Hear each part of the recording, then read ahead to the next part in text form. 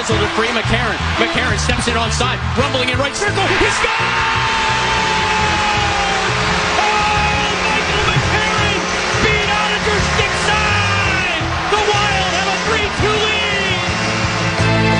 Joe O'Donnell on the call. You're home for Minnesota Wild Hockey, the fan, and the do-it-all man of the Minnesota Wild Radio and Audio Network, Kevin Falness, is in studio. How you doing, Kevin? I'm outstanding. Thank you. Thanks for hanging out with me. Nordo in for PA, final hour of the show on a rainy Thursday. But joining us now, you heard the highlight there. One of the coolest and funnest goals and moments of the playoffs was scored by my next guest, Michael McCarron.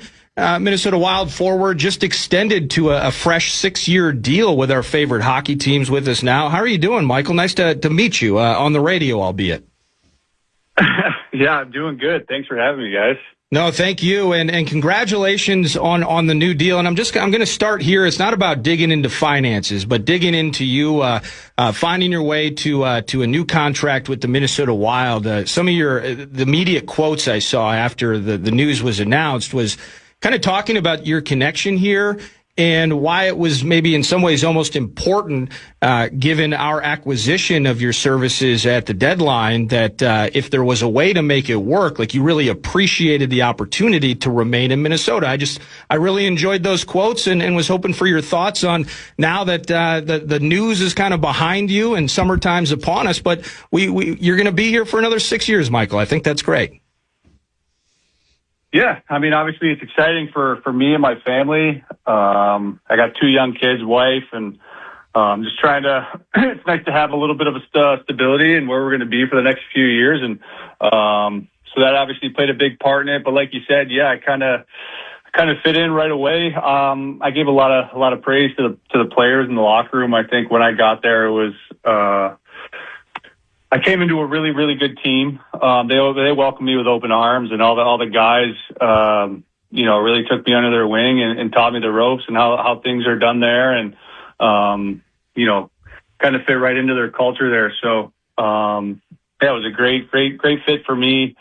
And it would have been stupid to look elsewhere if we could have got a deal done with Minnesota, and we're super, super excited that Billy and I and then my agent, we were able to figure out a way to keep me there, and my family and I are super excited. That's super cool. And, I believe this is the first time that you had to experience this, being traded at the deadline, and it's kind of maybe like the first day of school. You're trying to figure out what lunch table to sit at. But prior to joining and with Nashville and in the division, you're very well aware of the Minnesota Wild even before joining the team. But had you had any interactions with Billy or anybody here in Minnesota kind of on the front end in recent years past in terms of just kind of knowing what you were stepping into in St. Paul? No, I had no clue. I knew the way our season was going in Nashville that Barry Trotz kind of sat me down, and he treated me really well. I had been in Nashville for 6 years, so he had, given me the benefit of the doubt and then talked me through the trade situations. And he didn't bring up teams or organizations that were inquiring, but my agent obviously did, and Minnesota wasn't one of them. So I think Billy was working behind the scenes and maybe being a little bit sneaky like he is. And when I got traded and they said Minnesota, I was super, super surprised. But at the same time, I was super excited because I was going to a really phenomenal team. And you always hear about the way the Wild handle themselves. And obviously playing against you guys for so long, I knew what I was kind of stepping into. But to your question, no, I didn't really know much about Minnesota for sure. You haven't bounced around that much, but you have been on different teams, whether it's on the National Hockey League level, the American Hockey League level. You've had to integrate yourself into other locker rooms before this, but were you surprised at how seamless it was? I mean, you jumped in the most important part of the season, had an impact immediately, and then, of course, had a pretty big showing there in the playoffs as well against the Stars. Yeah, I mean, I don't know. I think just coming in, just Billy kind of talked to me about it. Like there's a lot of emotions when you get traded. It's hard, and like I said before, being welcomed into the locker room, it made my job pretty easy. And just trying not to change who I was, just bring the same thing. I think I've played long enough that when you try to change as a player and, you're traded for a second rounder, they need you to come here and be the next, Koivu or whatever. It's like, no, I just got to come in here and be the best version of myself. And that's kind of what I did. I moved my family with me at the deadline as well. So I wasn't in a hotel. I had the support that I needed with me. And, just the whole situation worked out really good. The organization's phenomenal. They helped our whole family and really made us feel at home right away. And I think that speaks volumes, to ownership and, to management. You may not have become the next Koivu, but you were winning a lot of freaking face-offs, which is what this team needed. The art of winning face-offs has been a conversation for me as a Wild fan for a number of years. You got any tips for any aspiring centers out there, Mr. McCarron? I don't know. I remember having a conversation with David Poyle, the old GM of the Nashville Predators, and I forgot who he was talking about, but he wanted his centers to work on juggling in the off season and work on that. And I don't know, man. I think it has something to do with it. I started juggling, and I don't know. I mean, that maybe hand-eye coordination, but at the end of the day, it's all will. You got to time it perfectly. I mean, it takes guys a long time to be really good. I mean, I'm 31 years old, and I think my first 4 years in the NHL, I was definitely below 50%, per year. So, the older I've gotten, I think every year I've gotten better. You get to know the linesmen, what their quirks are and what they like and don't like. And, as you become more of a veteran in the league, you do get a little bit more leeway. So I think the younger guys have a lot. I mean, the younger guys don't know how hard it really is and how strong guys are. And once you play against guys in the league, you know what their tendencies are. And you can kind of figure out a way to beat them. And once you do that, you start taking advantage of other guys. And honestly, that's a big reason why I became a regular in the NHL was faceoffs and killing penalties. And I needed to really work on my faceoffs. And I haven't stopped working on it since, I broke into the league. So a lot of practice, a lot of work, a lot of hand-eye coordination, and timing it right with the refs. I'll tell you, I've been around the block a few times, and I've heard just about everything. I thought juggling is the key to face-offs. I've never heard that in my life. That's great.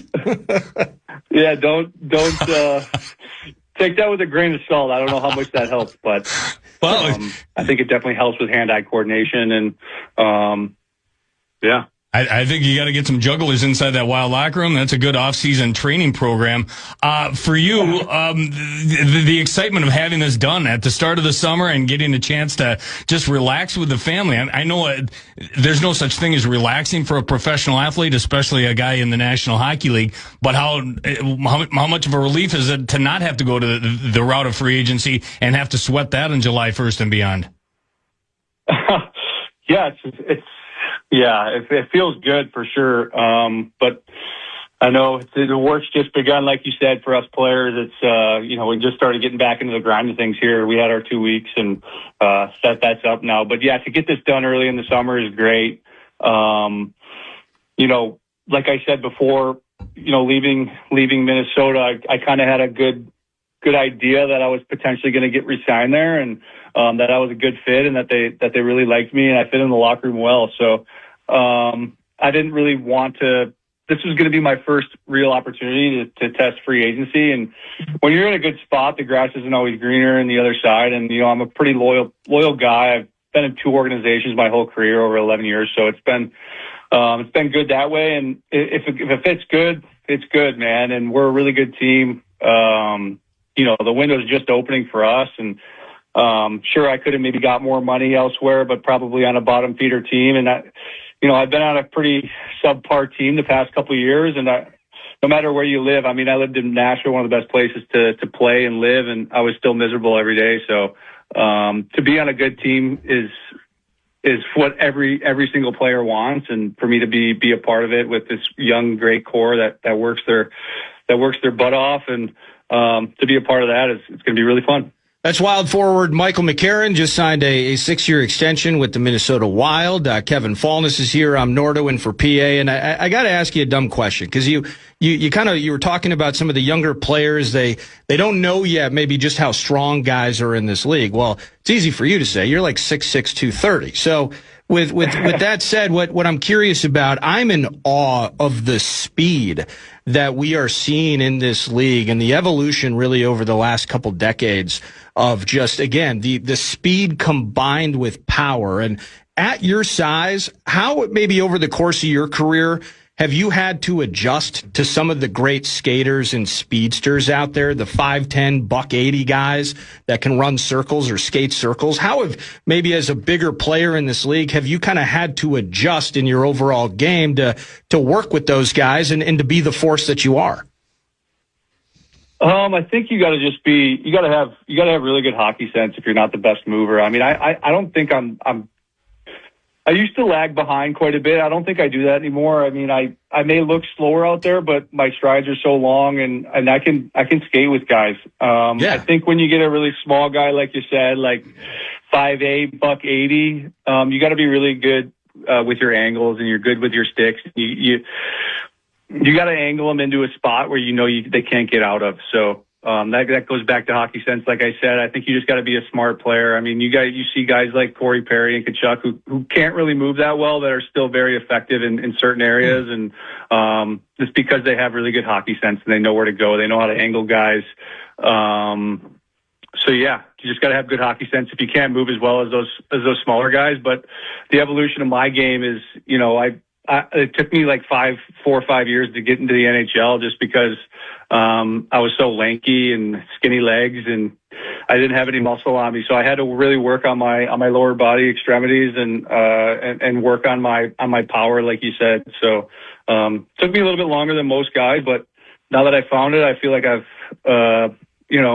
part of my hockey sense and my speed and agility is what helps me with those small guys. Awesome. Michael, you said a couple of days ago on the Zoom announcing the new contract that you don't enjoy watching the playoffs. It's hard as a player, especially when you got bounced in the second round by Colorado, a couple of hard-fought series, and you guys did such a wonderful job getting past the Stars. But now it's hard to enjoy the Stanley Cup playoffs. From a fan standpoint, this might be the best finals of all time, and I don't think that's going over the top with how dramatic it's been each and every game.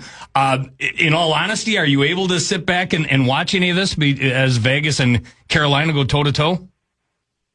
Yeah, I mean, I literally turn it on, I watch the first period, maybe period and a half, and I'm like, it's tough for me to watch. And I don't know, man, I'll always put on a show or something, and if it's close to the end, I'll turn it back on. But I do have some really close buddies in Vegas with Cole Smith and Sissons and Lozon and a couple of those guys that I played with for a long time in Nashville. And so it's fun watching those guys, but man, it's, yeah, it stinks. It's still hard to watch for me, for sure. It's hard to believe, but I mean, we are in the middle of June. We're talking about hitting the ice again in September for training camp, getting into the preseason, and then the now 84 game grind of the regular season. It's going to be upon us in no time. Take us off the ice. What's your family situation? I know you got a young one or young ones at home. What do you do when you're not stuck in a weight room or on the ice grinding it out, getting ready for a new season?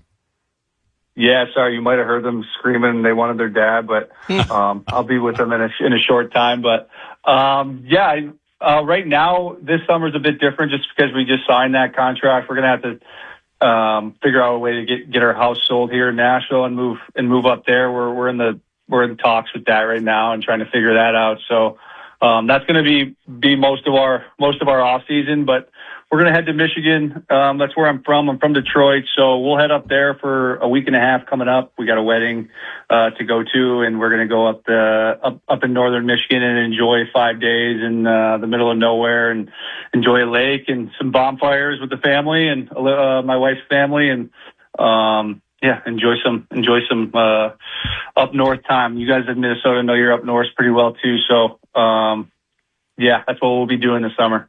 No, enjoy it. That's awesome. And once you're here, you're going to be it's Lake Minnetonka, it's up north cabin culture, and all the boys are going to tell you about it. Half the league freaking lives here. It feels like.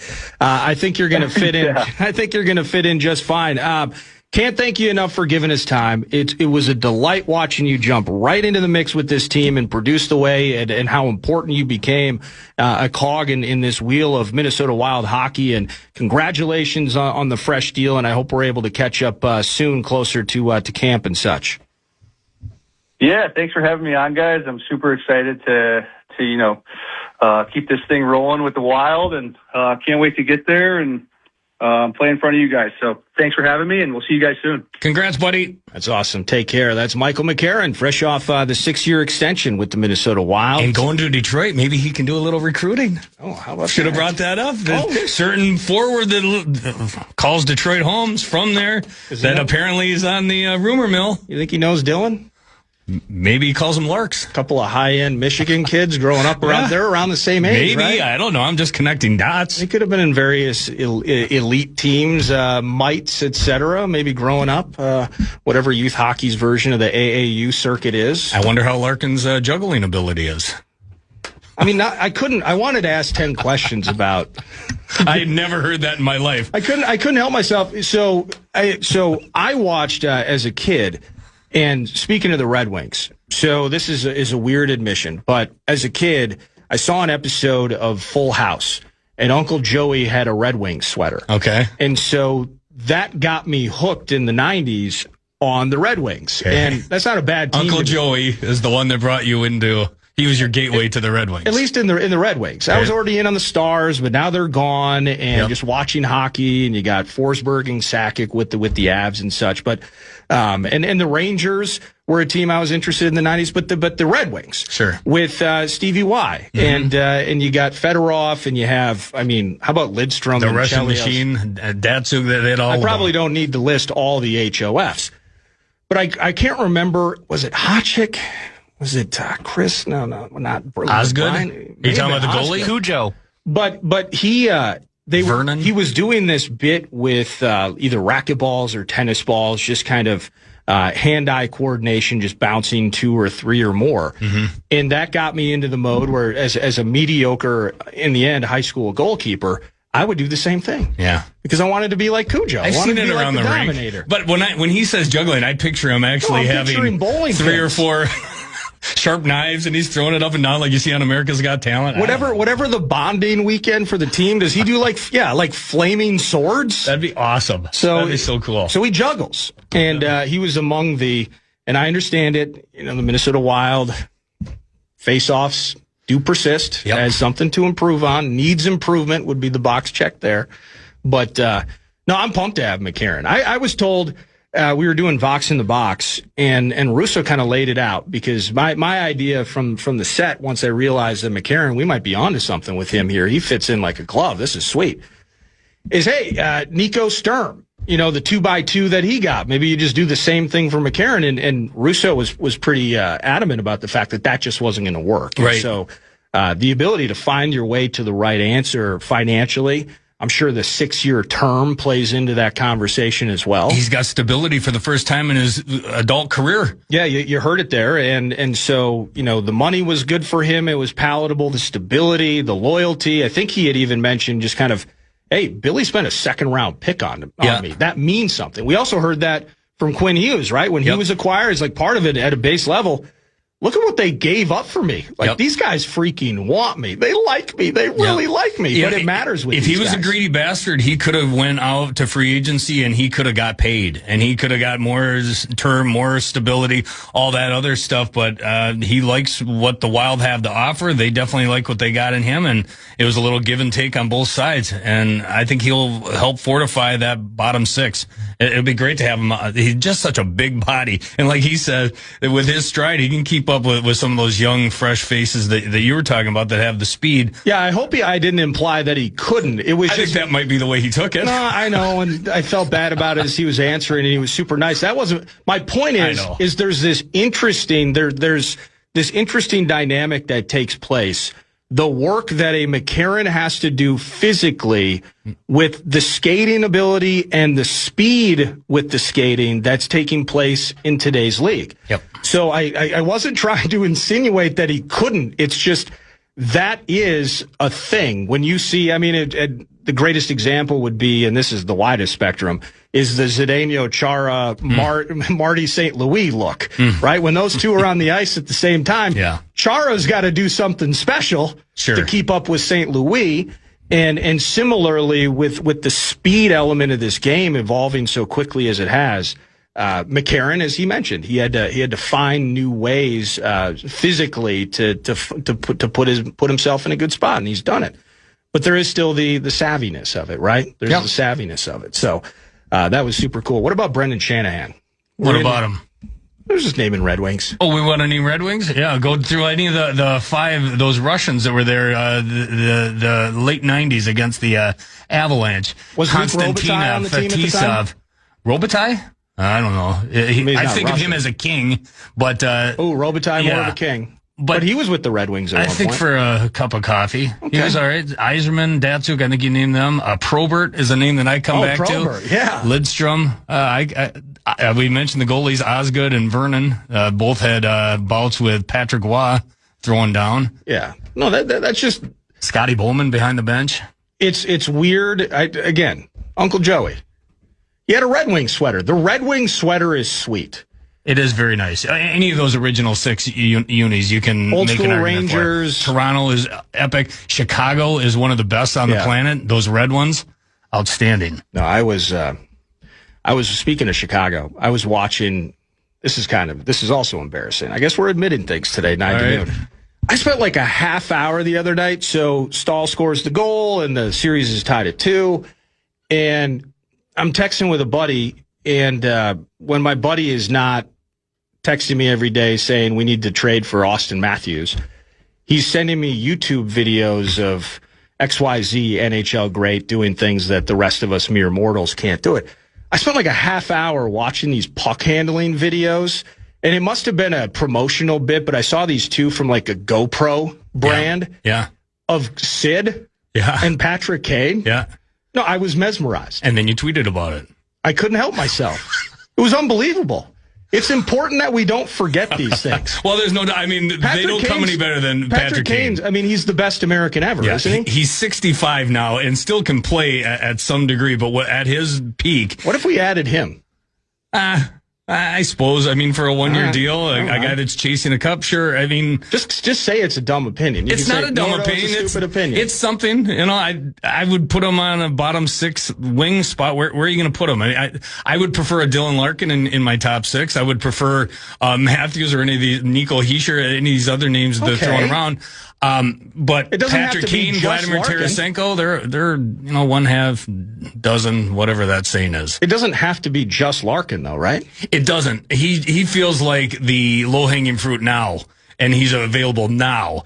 Who knows what will be available as the summer rolls on? There's a possibility that it could be any number of guys. Yeah. But Larkin's there now, and he says he wants out, and he's got the Minnesota Wild apparently circled on his agenda. There's kind of a trend with that going on. Was it? Which is great. Is it Hellebuck in Winnipeg may have also, or maybe I just read that Hellebuck wanted to come to Minnesota? Not to Minnesota, but that I'm seeing there's a few different players in recent days and weeks who have all just kind of, I'd like to move on to another team. Yeah, I mean, kind of Matthew Tkachuk started that with leaving Calgary. He started that. Quinn Hughes, to some degree, said, I'm not signing here. You got to get rid of me.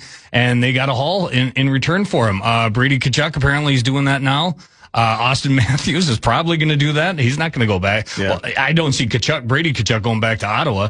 I mean, it seems to be the new trend in the National Hockey League. Let's do this. Let's pause, and then we'll come back. We'll continue. I do want to dig into the final, though, because this series it's been so much fun. So incredible. McCarron's missing out if he's only watching the first few minutes of a period. Yeah, I get it. It's great hockey. He actually plays in the league, and I get it. I actually watched basketball last night. I'm not going to turn to soccer. I refuse. But I did watch basketball last night, and that too has been a lot of fun. The NBA Finals, it's been fun. Yeah, we've been blessed with a couple of sweet series. But it's interesting, the Larkin conversation, the trade conversation, there's a certain Swedish netminder that kind of threw a monkey wrench in this whole thing and made himself very, very not expendable. Yep. We're going to talk about that around the corner. And Kevin Falness in the studio with me, Nordo, Brett Blakemore's here, and it's 9 to noon on the Fan. You're listening to Eric Give Dad the VIP treatment this Father's Day at Canterbury Park. Enjoy incredible eats from a variety of food trucks, thrilling racing action, and you can enter to win a Lazy Boy recliner from the Furniture Mart. Full details now, KFAN.com, keyword calendar.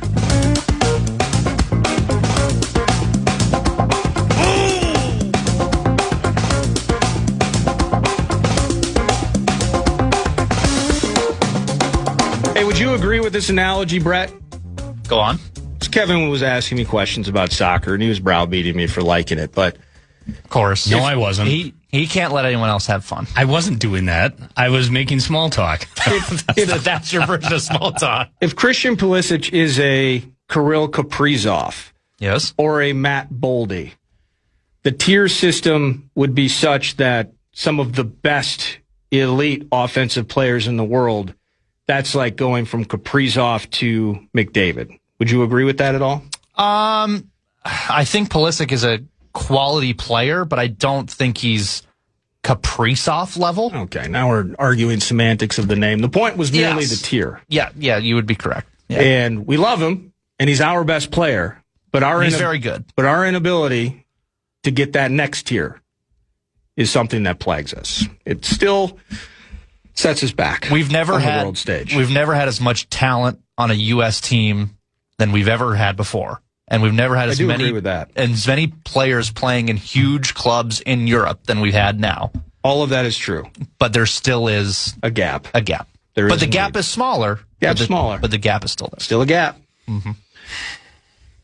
Jesper Wallstedt. Yeah, what about him? He's screwing the whole thing up. Why? Because he's good. Yeah, that doesn't screw it up. That's a real good problem to have. We were supposed to trade him. No, I don't like that idea at all. We were supposed to trade him. I know. Remember the conversation with Hughes before he showed up, wasn't it? And well, actually, I should say post Hughes, excuse me, when we were talking deadline conversations and Trocheck and all these names. Throw out, whatever the center names. You were a huge Nazem Kadri guy, if I remember correctly. You needed Kadri on this team. It didn't work out. Ended up scoring a goal against us in that. I wanted Brock Nelson, but go ahead. Okay, same team. That was Pat. Same team. War Road's finest. Brock Nelson, is that accurate? Absolutely. Okay. Yep. But Jesper at one point was expendable. That just made sense. And we got Gus Bus, and I forget, is it Halavai? Halavai. Yep. And he's a little bit younger. He is. But he showed out a little bit overseas. He did. He might in the Olympics. Might be a thing down the road. Not for us. He's going away, but continue. And then Jesper did it. Yep. He went and freaking did it. Yep.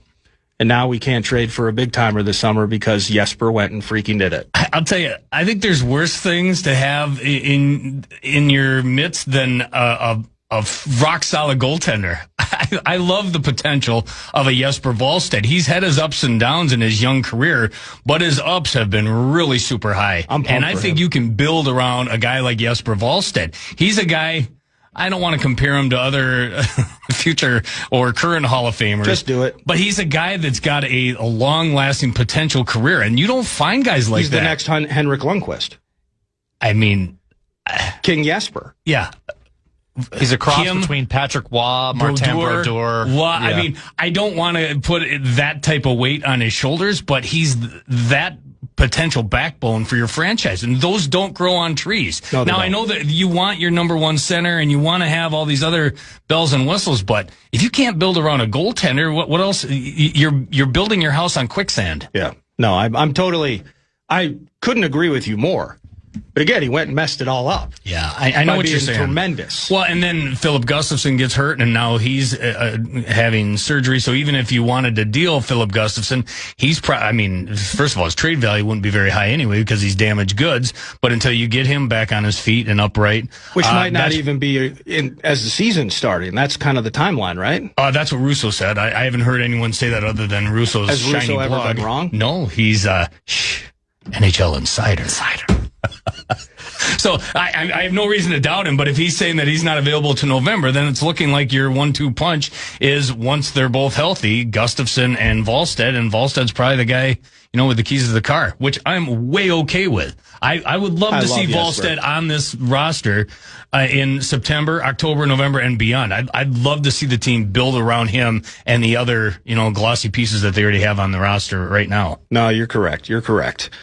With that said, the ability to add a Larkin or to add somebody, it doesn't have to necessarily, I mean, we're all pie in the sky, right? Again, I got my buddy, I got a text about an hour ago. Today's a good day to get Austin Matthews on the team. It's like, all sure. right, hang on a second. Every day's a good day to add a guy like that. But still expecting regardless. Again, we love Jesper and I want Jesper here.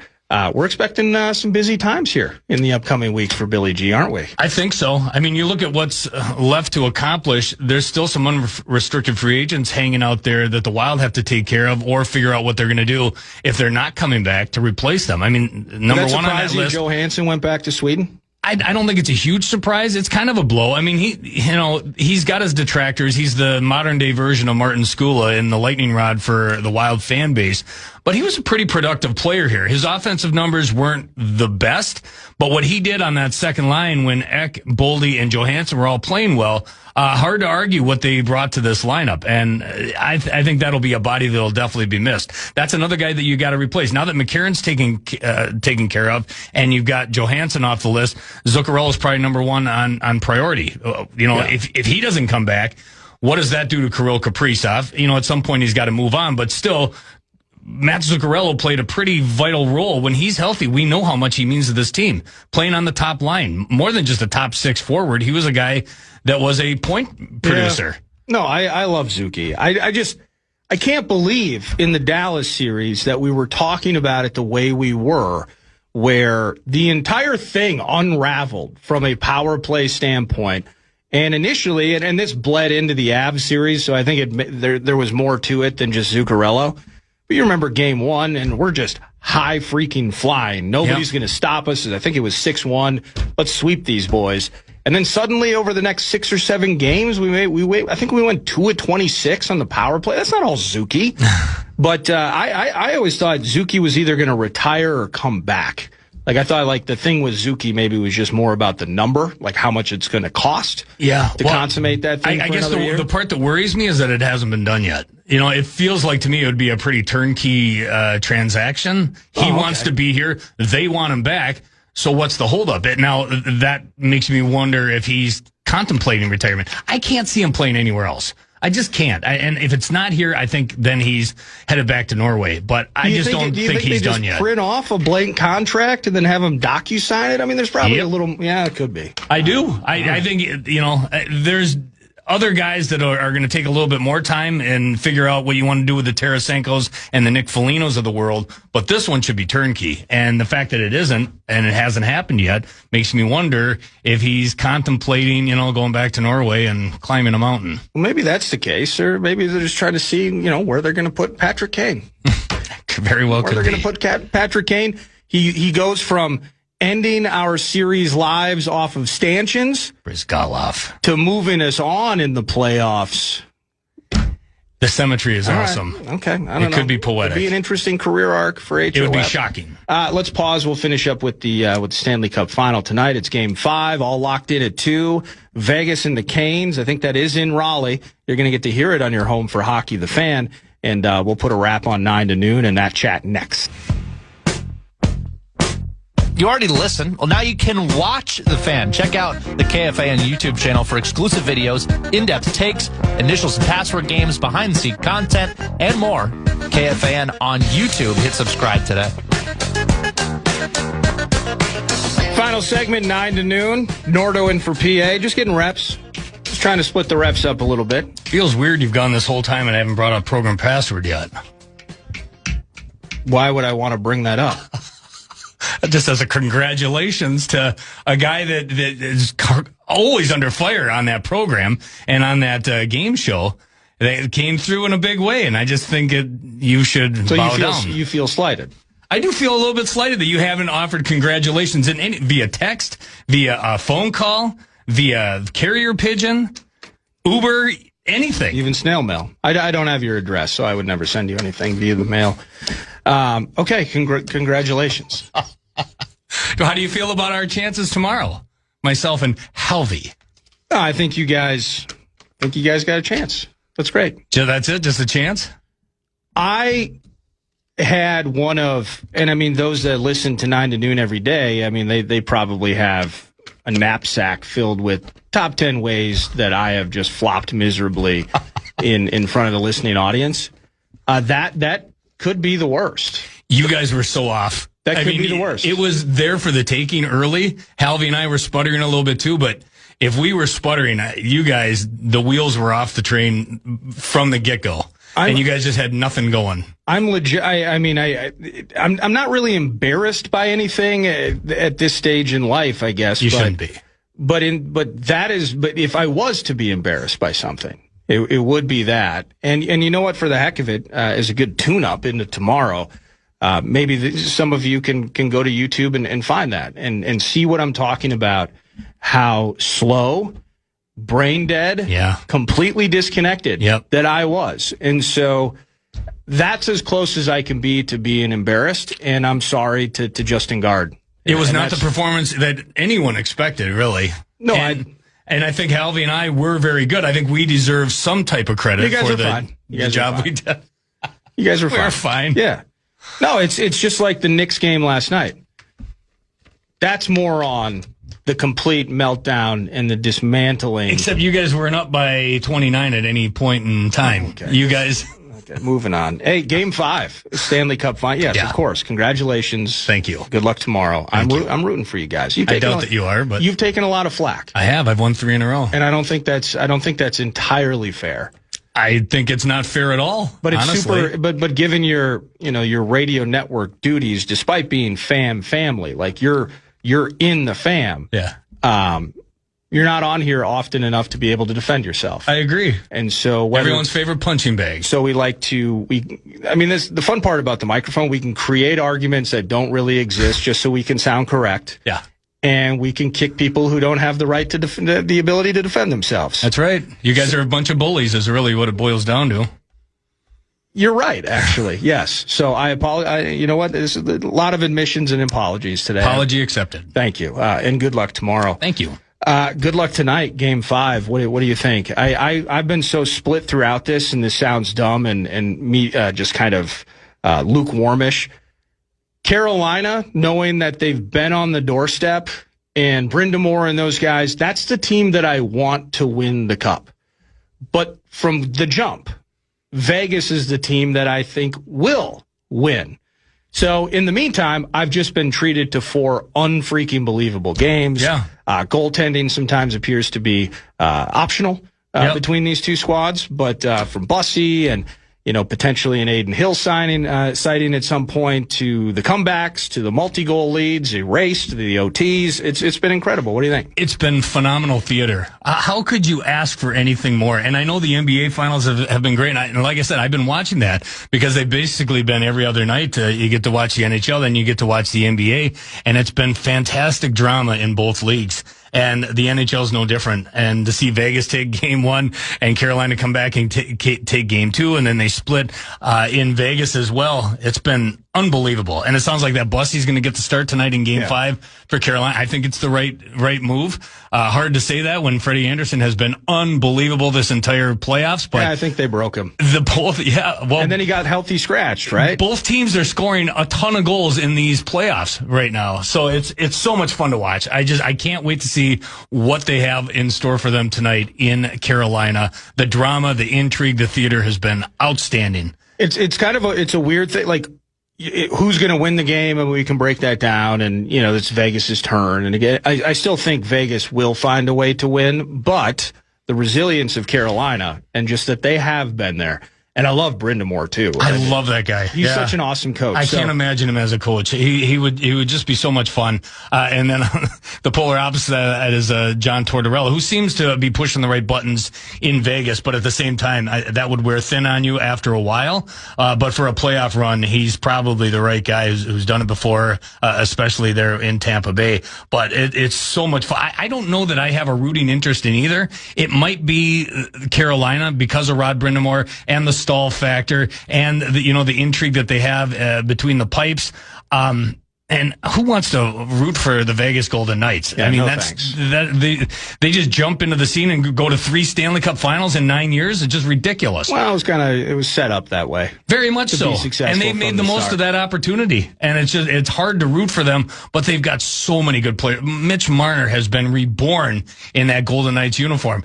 Jack Eichel, I know I was so stupid what I said a few years ago with you in this exact same chair, but he is an unbelievably fun player to watch. Yeah. And what he does on both ends of the ice.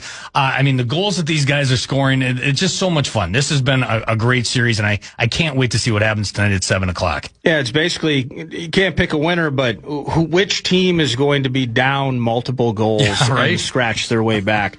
It's been so cool. Thanks for hanging out, man. The pleasure was mine. Good luck tomorrow in program. No, wait. You're supposed to say that. Okay. Good luck tomorrow in Thank program. you. Password. Thank you, Kevin Falness. Thank you, Aaron Sickman, for hooking us up with Michael McCarron today. Thank you, Lieber. Thank you, Manny Lagos. Heads up, Friday Feast tomorrow. The host will be back, but put this on your calendar. Tomorrow night, 8 p.m., B52 Burgers and Brew in Inver Grove Heights. We're doing a watch party for Team USA in Paraguay. It's an 8 p.m. kick. B52 Burgers and Brew, Inver Grove Heights. Come hang out with us and root for the red, white, and blue while you enjoy a few brews. Thanks to Brett Blakemore for producing. I'm Nordo. Have an awesome afternoon. Thanks for listening to The Fan. Podcast today's Paul Allen Show, or listen back to previous show and interviews by going to the iHeartRadio app or KFAN.com. From the 1-800 Ask Gary